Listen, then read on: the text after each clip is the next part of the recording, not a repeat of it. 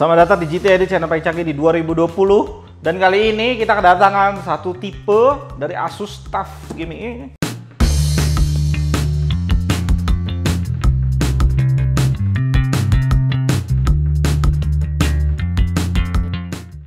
Asus TUF Gaming yang biasanya dia ngejual tipe yang ini biasanya ya lebih middle low gitu bahasanya. Sedangkan ROG itu middle high gitu bahasanya.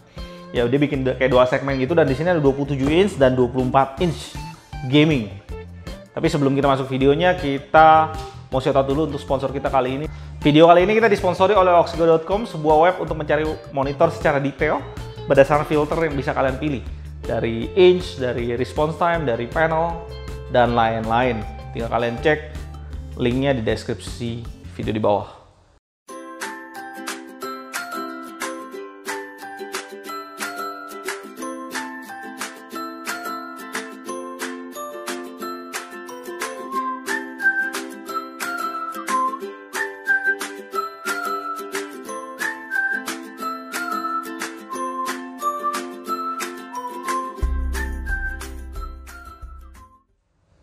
Oke guys, di sini gue pengen bongkar yang 24 inch dulu guys, karena ini keluarnya lebih baru dibandingin 27 inch. 27 inch agak lama, tapi nanti di akhir video kita akan jajarin dan kalian bisa lihat kalian mau pilih yang mana. Tinggal kalian pertimbangin sendiri. Oke, gue singkirin dulu yang ini. Oke, dari dusnya di sini kalian bisa lihat dia cuma spek-spek marketingnya ada di bagian kiri dusnya. Ada IPS, ada apa tuh? Shadow Boost, ada Extreme Low, Motion Blur, Eye Care, 1 millisecond MPRT, 144 Hz, FreeSync, dan Ergonomic Stand. Oke, simple begitu. Itu marketing yang dia jual, di situ jadi IPS 144 Hz dan ini 24 inch. Ya, 24 inch. Dan bagi kalian yang komentar di bawah, beberapa gue ada lihat, kalau kalian nggak suka monitor 27 inch, karena gue suka banget rekomend 27 ya, LG ya. LG di 27 inch yang GL650, karena menurut gue itu sangat worth it untuk main game. Di IPS juga Full HD 144 Hz. Nah ini ada pilihan buat kalian 25 inch, 24 inch lah ya, bahasanya 24 inch yang IPS dan udah 144 Hz. Karena kalian juga komen kemarin ya, beberapa ada yang komen kalau 27 inch di Full HD itu pixelated, tapi buatku sih oke-oke aja ya, nggak ada masalah. Karena standar e-sport gue ada ngecek beberapa, mereka memang fokusnya di 27 inch. Dan juga sekarang memang banyak banget keluarin monitor 27 inch, sampai kita tahun lalu gitu ya, 1440p 27 inch 144 Hz. Ada juga Full HD IPS 144 Hz gitu ya, 27 inch. Jadi sekarang kayak di push gitu, kalian mau dapetin 27 inch. Oke, di sini langsung kalian dapetin kabel power biasa. Bisa adapter di luar sini. Kita harus keluarin dulu ini. Udah gampang kalau belajar dari Philip. Oke, dia langsung kasih kita DisplayPort di sini. Ya pastinya ya kalau udah gaming 144 Hz IPS lagi. Berat gua rasa sih. Buku singkirin bentar. Wah, ini nah, oke guys, di sini plastiknya sih biasa aja, bukan yang itu. Dan dia bentuknya seperti trapesium, apa sih namanya? Gue lupa deh bentuk apa ini. Sedikit kotak lah gitu ya. Di bawah ada 5 karet biasa, dan ini cukup tebal besinya. Beratnya sih biasa aja. Gue pernah pegangnya lebih berat di kelas yang lebih bawah malah. Ini biasa aja sih. Cuma gue yakin udah bisa menyokong 24 inch. Oke, singkirin dulu. Kita buka, ada pengamannya di sini.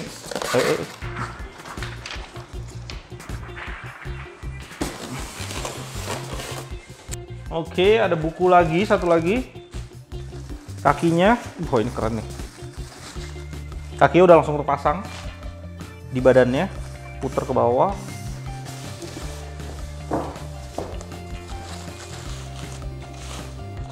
Ih, tombolnya langsung bisa kasih kalian lihat guys. Tombolnya ini banyak guys, nggak pakai analog, nggak pakai joystick. Oke guys, jadi di sini kalian bisa lihat panelnya doff, dan di sini ada sertifikasi untuk 86 kWh per year, per tahun. Oke guys, jadi di sini gue ngelihat bodinya itu bentuknya kayak apa ya? Karbon gitulah. Karbon biasa, doff kasar gitu. Ya, nanti kita coba pas berdiri, guys.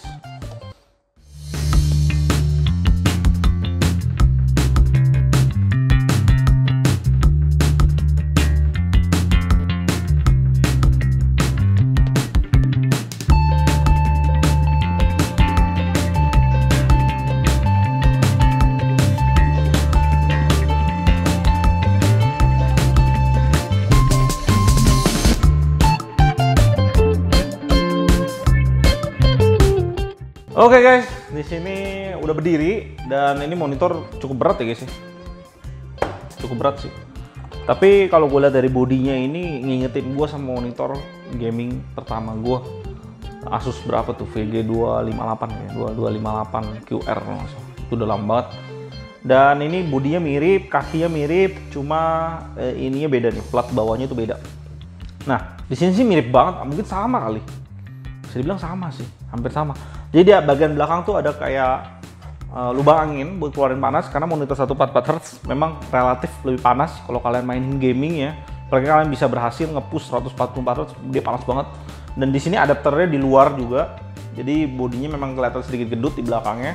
Standnya gede, di belakang sini gede banget, dia udah kasih ke kita. Tadi kita udah lihat dia langsung nancep ke bodi monitornya. Yang harus kalian buka kalau kalian mau pakai VESA mount-nya. Nah, VESA mount-nya di sini gue ukurin buat kalian. Ada di 10 cm kali 10 cm. Ya, udah standar lah ya. Monitor berat kayak gini 10 kali 10 cm. Di bagian stand-nya kita bisa langsung lihat di sini enak banget guys buat swivel-nya. Karena dia kasih kita titik buat panduan. Kalau ini tuh udah bener-bener di tengah. Ini gue suka banget sih. Additional yang simple, kecil tapi keren banget. Dan di sini juga ada sebuah tekstur bagian bawahnya, ini tekstur kayak kasar-kasar gitu. Itu gue juga edition yang keren banget. Semuanya keren. Juga bezel-less. Dan di sini bezelnya gue bilang di kelas 24 inch. Gue rasa Asus sudah ngelakuin sesuatu yang bagus. Dimana dia ngelakuin membuat bezelnya tipis banget. Ini 0,4 bagian atas, tapi bagian kiri kanannya agak tebal nih. Sekitar 0,5 hampir 0,5. Bezel bagian kanannya. Oke, bezel bagian bawahnya gue ukur.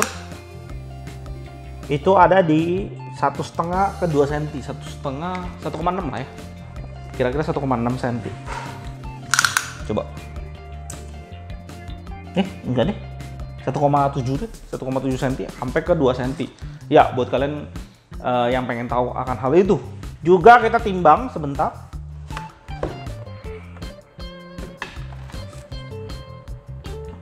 Monitor ini ada di 6 kilo.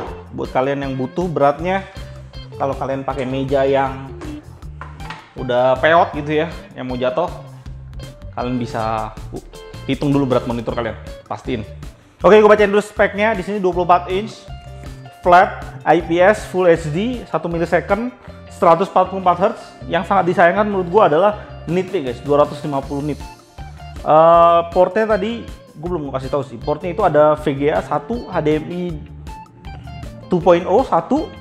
Dia udah kasih DisplayPort 1.2, ada 1. Nah, dia udah ada FreeSync dan NTSC-nya udah 72%. Audionya dia udah kasih ke kita 2 watt kali 2, 10 kali 10. Nah, audionya sebentar kita tes dan ada head adjustment-nya. Nanti kita akan tes juga. Di sini yang keren menurut gua ada di 3 tahun full guys. Monitor ini ada 3 tahun full Asus. Kalau bagi kalian yang takut rusak monitornya, karena biasanya pakai LG setahun rusak, kalian skeptik gitu ya, belilah monitor Asus yang udah dapat 3 tahun dengan harga 3,7 juta. Wow, nanti gue komentar tentang harganya.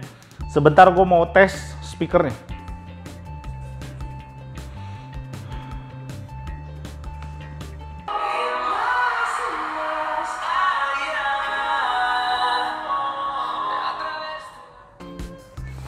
Nah oke guys, tadi udah ngetesin soundnya keren lah ya. Menurut gua kayak speaker 100 ribuan gitu kayaknya bisa dapetin, tapi di sini kehilangan bass yang cukup nggak ada sih menurut gua, nggak ada.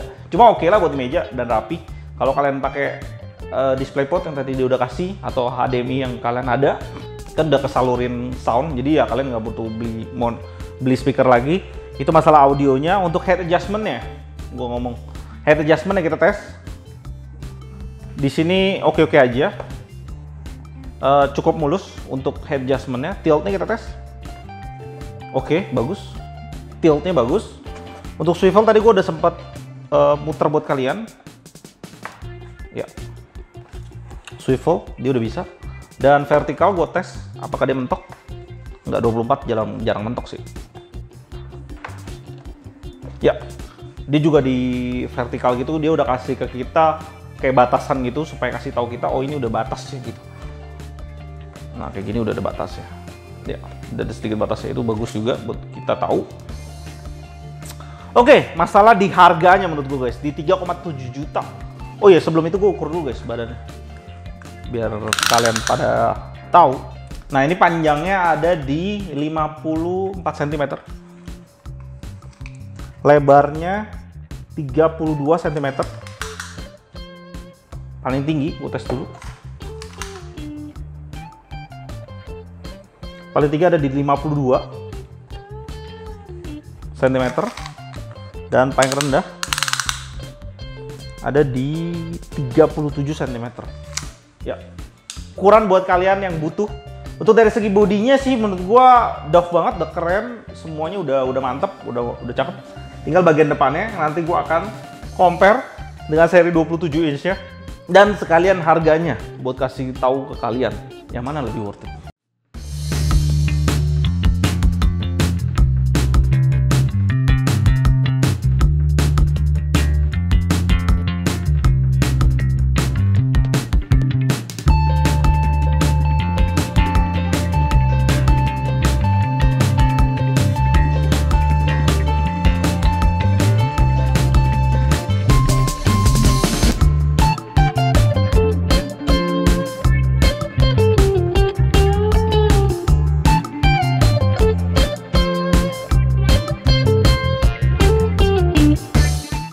Oke guys, di sini gue udah jejer 2, di sini 24 inch yang baru banget masuk Indonesia ya. Gue nggak tahu produksi kapan.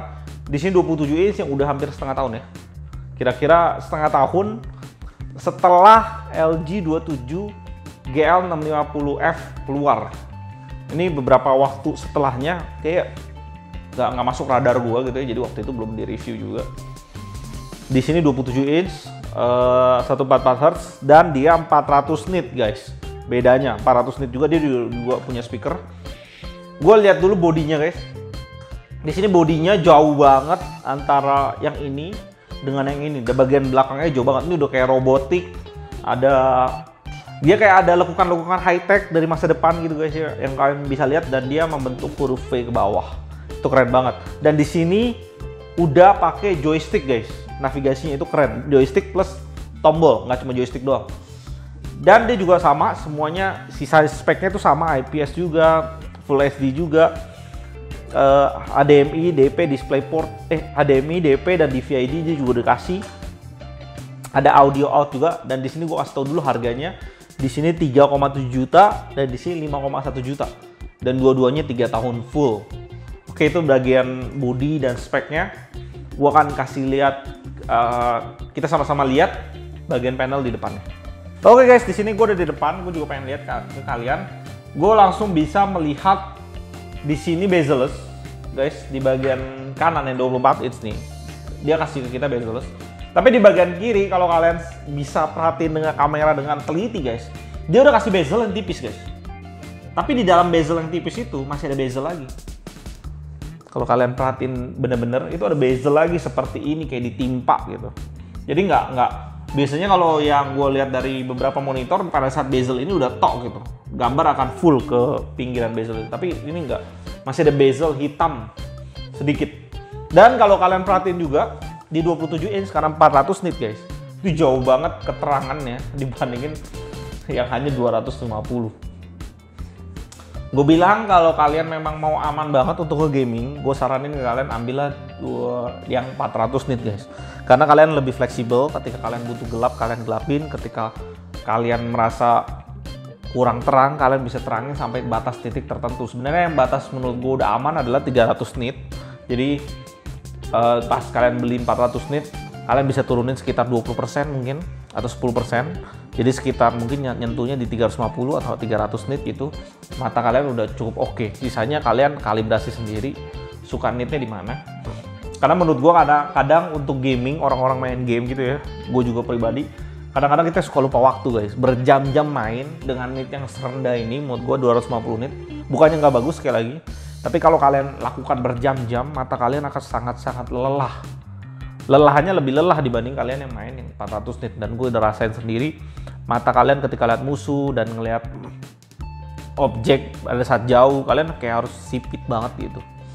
Dan di sini untuk seri 24 inch-nya yang udah kita review barusan, untuk 24 inch IPS buat kalian yang mau mencari, hanya ada 2 tipe yang bisa gua ngomongin. IPS 144 Hz itu ada AOC G2 yang gue belum dapat barang sampai hari ini dan kalian banyak banget request. Dan AOC 24 G2 itu nggak masuk Indonesia guys. 24 G2 itu belum masuk nih pada saat video ini dibuat. Yang baru masuk saat ini ada 27 G2 yang kita belum juga dapat barang yang gue paksain banget pengen dapet sih itu. Itu kayak racun tingkat tinggi sih. Ya buat kalian yang pengen dapetin lebih murah gitu daripada ini.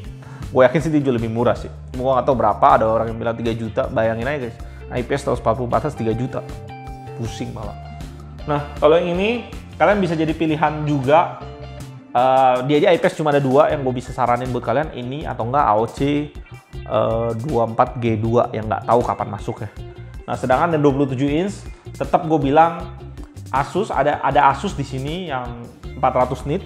Dan juga ada LG di sini yang beda sekitar 600.000 dengan Asus yang ini. Jadi di sini kalian bisa dapetin dengan harga 3,7 juta. Di sini kalian bisa dapetin 5,1 juta.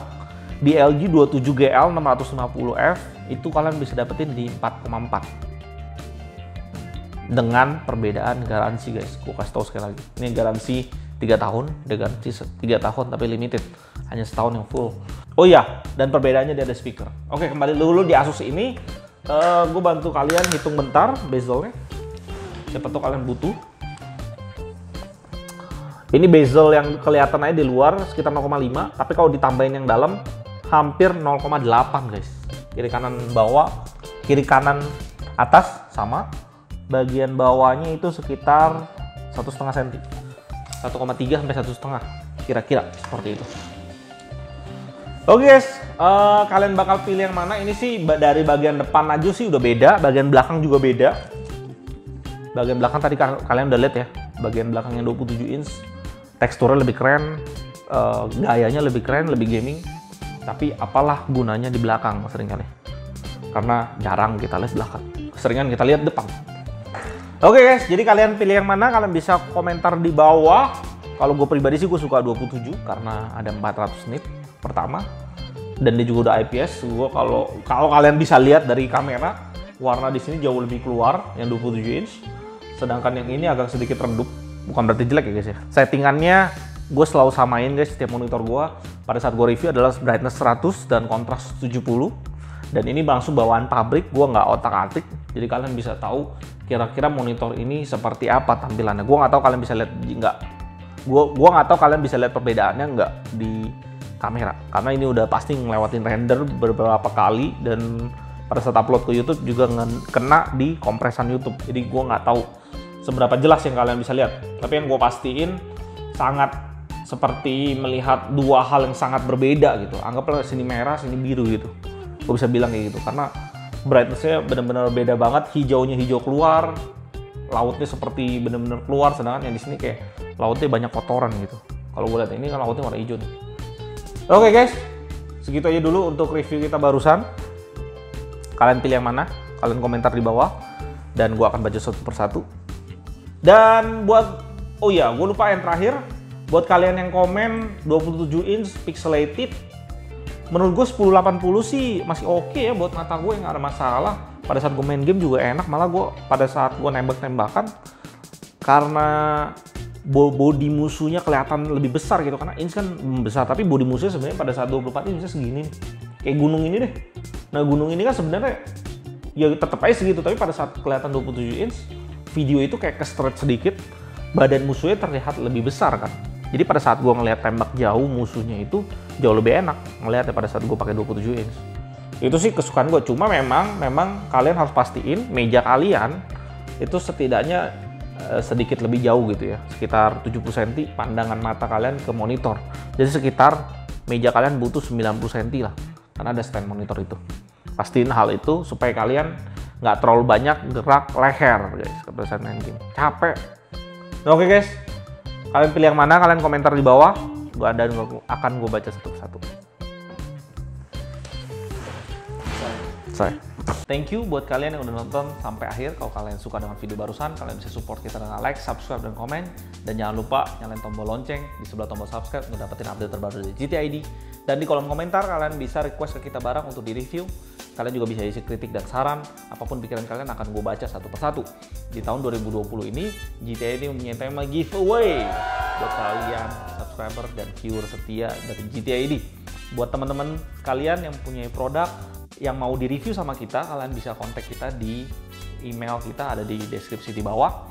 Dan kita hanya minta kalian mempersiapkan produk atau merchandise untuk di-giveaway kepada viewer dan subscriber setia GTA. Salam GTA dan tetap canggih.